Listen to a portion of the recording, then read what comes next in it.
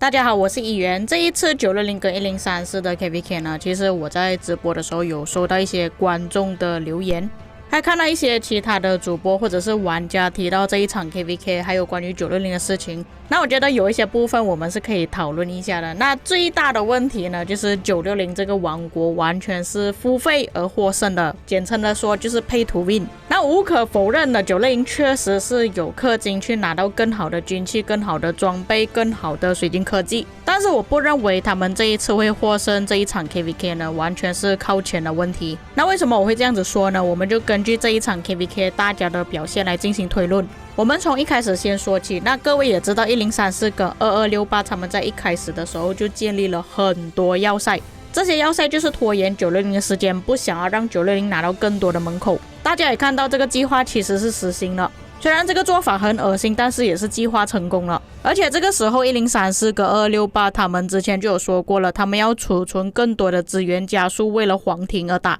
因为他们也知道960会通过购买礼包的方式尽快把水晶科技提升上去，这样明显对1034跟2268大多数 F2P 的玩家来说是不有利的，所以他们才拖延时间直到皇庭开放为止。拖到那个时候，我相信卡乌拉克打的等级也比较高了，也可以拿到更多的水晶，完成驻地任务之类的，以至于在皇庭跟960战斗的时候战报还不会这么亏。这一点1034跟2268他们确实是做得很好。那我们可以把画面切换去皇庭开战的时候，那么首先一开始是960跟1034的野战集合了。那我们来看一下双方哪一方的野战会更强一些。首先是由960这里发起了进攻，开始打对方的野战部队。但是你们从地面上可以看到，其实960的部队是完全没有开王国争议的。这个时候1034是已经开了王国争议。从这个时刻开始，你们可以看到有很多库连都是往下跑。这样看没有这么明显，我们把地图缩小一点看，可以看到黄色部队是已经包围了白色部队，也就是1034的部队。各位可以对比一下双方的库连，那可以看到下面库连可能回去10个，上面才回去1个而已。显然的，这里的问题就是960他们的科技争议太高了，所以才可以打败1034。渐渐的白色的部队就越来越少了，这也足以证明960确实是Pay to Win的玩家比较多，才可以轻易打败他们。相信这一点也是大家不满意的部分，但是官方并没有限制玩家去购买礼包，所以严格来说960并没有犯规。但是大多数的玩家都认为960这个王国就是太多有钱的玩家抱团在一起。那坦白说，如果我的王国遇到像960这样子的王国，我也是会觉得很恶心，为什么你们有钱的玩家全部抱团在一起？显然的，这种情况就对于那些氪金玩家比较少的王国来说是很不有利的。不过960毕竟还是在先锋王国，那我们可以看到，当他们处理完1034之后，后方2268的部队就即将到来了。那当我们清光1034的部队，其实大部分的玩家都只剩下残血而已。然而这个时候2268就开了王国技能，冲向我们的部队，完全不给960一点喘息的机会，直接连着打。960在前面打着1034的部队，发现到屁股被偷了之后，他们马上调兵回来。那由于皇庭之战我们剑旗很紧迫的关系，所以没有办法回去换兵，只能用剩下的残血部队回去打2268。那可以看到很罕见的960的野战部队是全部库连回家的。以往960的野战呢，通常只有敌方库连回家，那这个时候因为被包夹的关系，所以没有办法，960的部队很多库连回去了。就算960有大部分的玩家都是已经提升满水晶科技了，但是在人数面前960还是被打死了。这次也是非常罕见的，我看过960这么多场 KVK， 他们是第一次被敌方给封门口。在以往我都是看到960去封掉对方的门口，第一次看到960被锁回去门口。但是960集合好之后，开了王国技能又往回冲回来，把还在门口封着960的2268部队开始反推回去。那你们可以看到，当960一出门的时候，全部库连又往下跑了。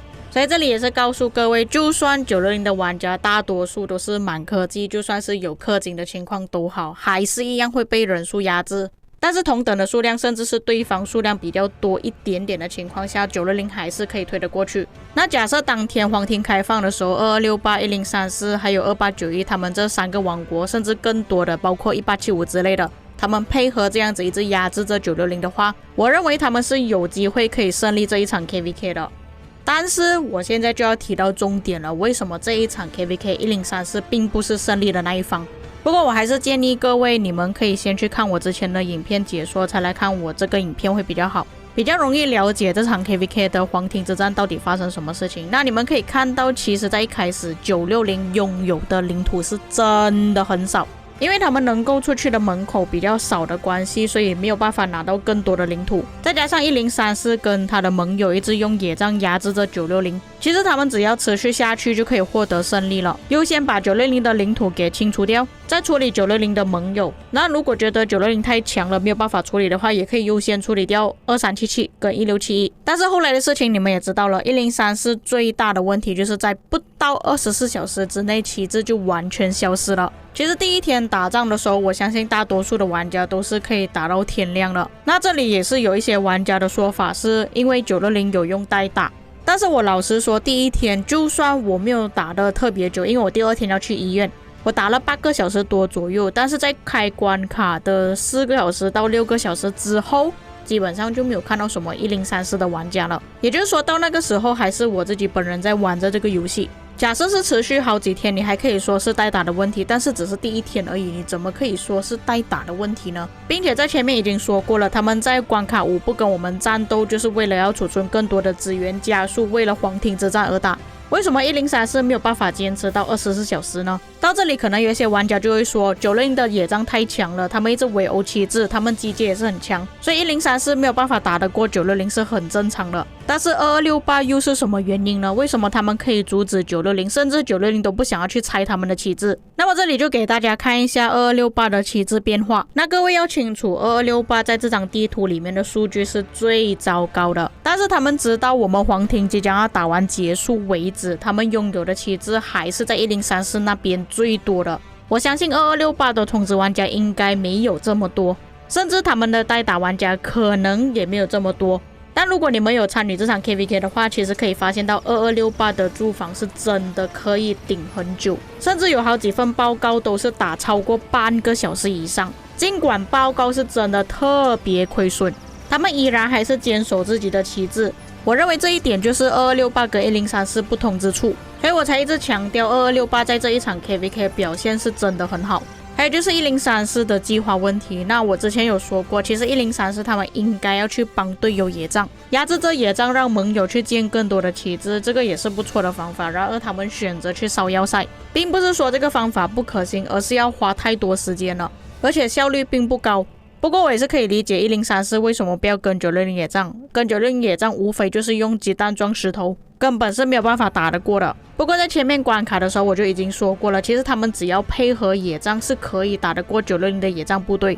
但是他们能够野战的玩家真的是寥寥无几。那1034其实它有一个地方做得不错，就是在关卡那边干扰960的玩家。其实960的玩家并不多，所以他们可以干扰到960的玩家过去那边野战，然后他们的盟友2268在前面推进。但问题就是他们只能坚持4个小时左右而已。如果他们可以坚持的话，其实这场 KVK 还是有扭转的可能，甚至到了最后他们5个阵营全部都在下面，但是我也没有发现到有很多玩家出来野战。或许大家就是怕了960的野战，所以不敢跟他们打。我觉得这一方面1034应该要跟他们的盟友说一下配合要怎样去打，约定时间声东击西还是一样可以打得过的。但是他们依然还是没有办法突破心理的那一关，变成大家都不想要出去打架的时候，这场 KVK 就已经宣告失败了。总的来说，氪金肯定是对这个游戏有影响的，但是这一场 KVK 讲真的，我觉得比起氪金最大的问题还是在1034那边的策略。还有1034身为盟友的领头羊，他们不应该这么早就被撤退，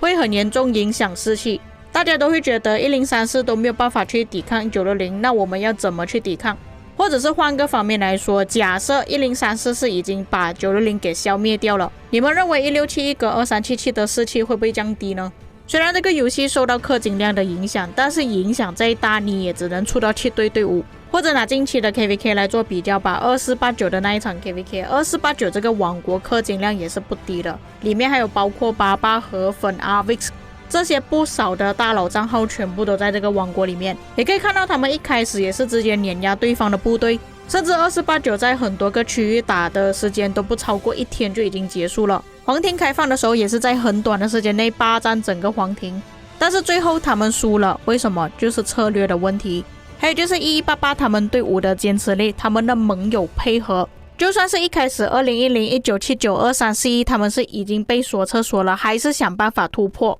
就算皇庭已经被248-9给占领了，他们依然还在战斗。这个就是士气的问题，他们才可以反败为胜。我认为比较起其他的游戏，万国觉醒氪金方面呢，已经是没有算影响那么大了。不管怎样，虽然这一次1034的表现确实让我觉得很失望了，但我希望他们下一次 KVK 表现可以使用更多的策略，多多去帮忙队友，多打一些先锋战局，这样子他们的王国才会进步。以上就是本期内容，至于各位有什么看法，可以在评论区给我知道。我们下期再见。